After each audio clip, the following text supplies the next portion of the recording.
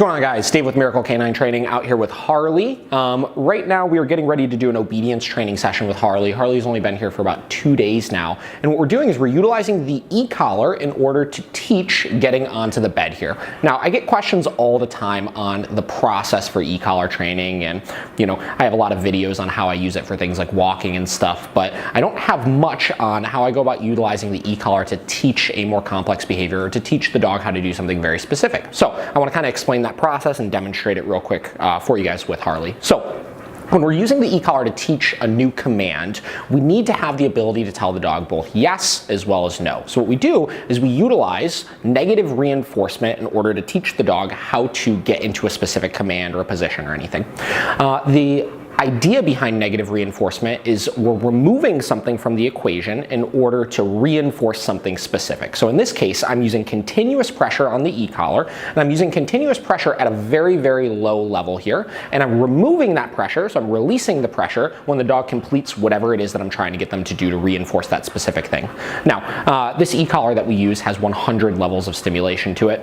Harley is working at a 3 right now. This is infinitely lower than most humans would even be able to feel. So a lot of people have kind of a negative connotation with the idea of negative reinforcement or e-collar training or anything like that. But you're going to see here that we're able to utilize this tool in a way where it's pretty non-confrontational to the dog. There's not a whole lot of stress behind it. And it really should just be like an annoyance more than anything that they're understanding that they have control over. So what I'm going to do here is I'm going to walk Harley back and forth between these beds, giving the bed command. If Harley doesn't get onto the bed, what I'm going to do is I'm going to press and hold the e-collar button here, and I'm going to release that button once he gets onto the bed. So once he gets all 4 paws onto that bed, once we get him into that position, what we're going to be doing is we're going to be marking with a good, and we're going to be reinforcing with food here. So we have both no, our boundary, the e-collar, as well as yes, the e-collar, or the food here, that we're going to be reinforcing the specific position with. Once he does well with that, we're going to be adding a little bit of duration into it as well, and I'll show you guys that process. So we're going to get started here.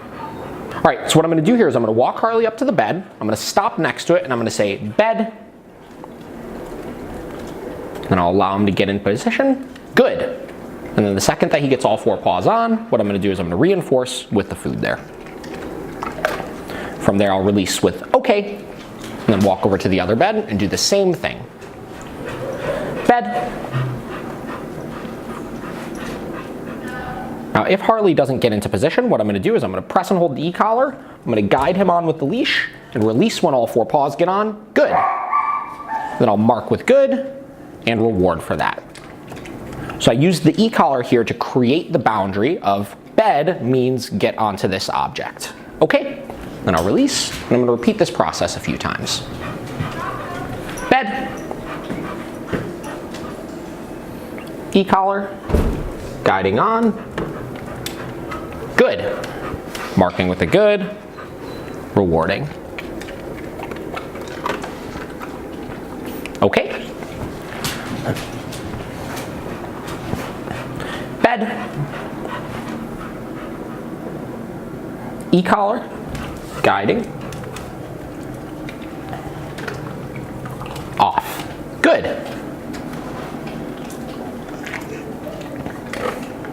Okay. Bed, e-collar, guiding, good.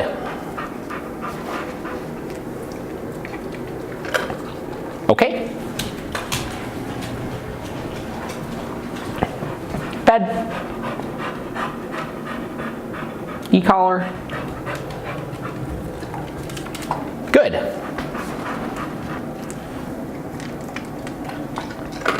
Okay. Bed, e-collar, good. So the way that I'm using the e-collar here essentially should become my invisible leash. Okay, I'm using it exactly the same way as I would use the leash to guide him into position. Bed, e-collar, good.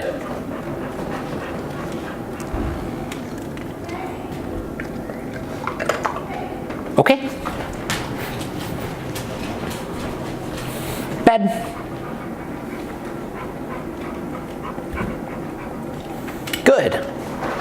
Now what I'm looking to start to see here is that he starts beating the pressure. So essentially all those times that I was using the e-collar to guide him on after the command, I want him to start to associate that when he hears the command, if he gets on the bed quickly enough, he could avoid that pressure in the first place. And again, the e-collar is set to a level where it's just a minor annoyance more than anything. It's nothing too crazy. So he could start to make that connection of this is something he has control over, and the quicker he does this, the quicker he gets rewarded. Okay?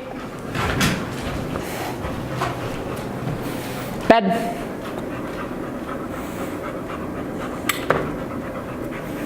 Good. Okay. Bed. Good. Now, if I want to start to add duration into this, which would be the next step of the process, we would start conditioning in that boundary as well. So we teach all of our commands as implied stays. So once I say bed, unless he hears the release okay, he needs to stay in that position. So what I'm going to do here, okay, is I'm going to take him over to this bed. I'm going to tell him bed.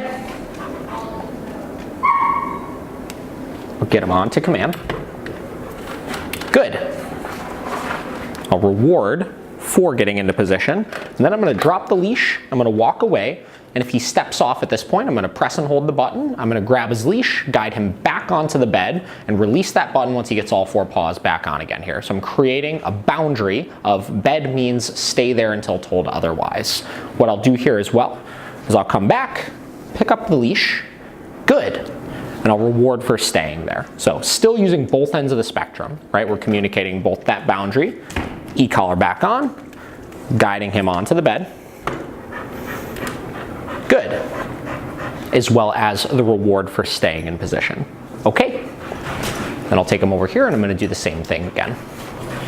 Bed. Good. So I'll get him into command. I'll reward for that. Drop the leash and walk away. And just minor bits of duration first. We're not pushing for, 4 minutes or major distractions or anything. I just want him making the connection that he does need to stay there. Then I'll pick up the leash. Good. I'll mark again and I'll reward for staying. And then I'll clearly release him off. Okay. And I'll do that one more time. Bed.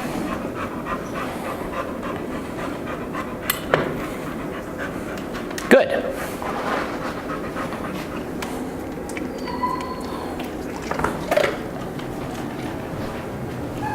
You can see he's thinking a little bit, kind of staring at the ground, figuring out what it is that he needs to do here. I'll go back again. Good.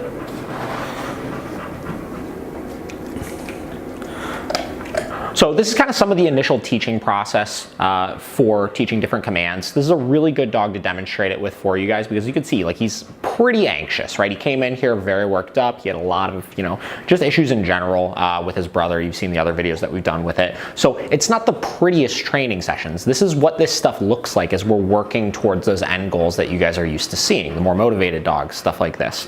So we're going to continue to keep you guys posted with some of these more teaching, instructional videos and stuff like that, and showing you how this eventually will turn into the quicker, fast-paced, more energetic training that you guys are used to seeing. But this is how we go about conditioning in our tools here and creating our communication and all that stuff that we need, because dog training isn't so much about sit, down, stay, et cetera, et cetera. It's about teaching the dog yes and no in a very clear and understood way. So in order to do that, we have to take all of the tools, take all the communication that we're using, whether it's food, e-collar, leash, prong collar, whatever it may be, and we need to make sure the dog understands all of those individual things. So again, this is Harley working through this process. If you guys like these videos that we're doing, these instructional videos, make sure you like, subscribe, leave some comments letting us know what you guys are looking to see a little bit more of, and we'll try to get those out to you as soon as we can. Thanks.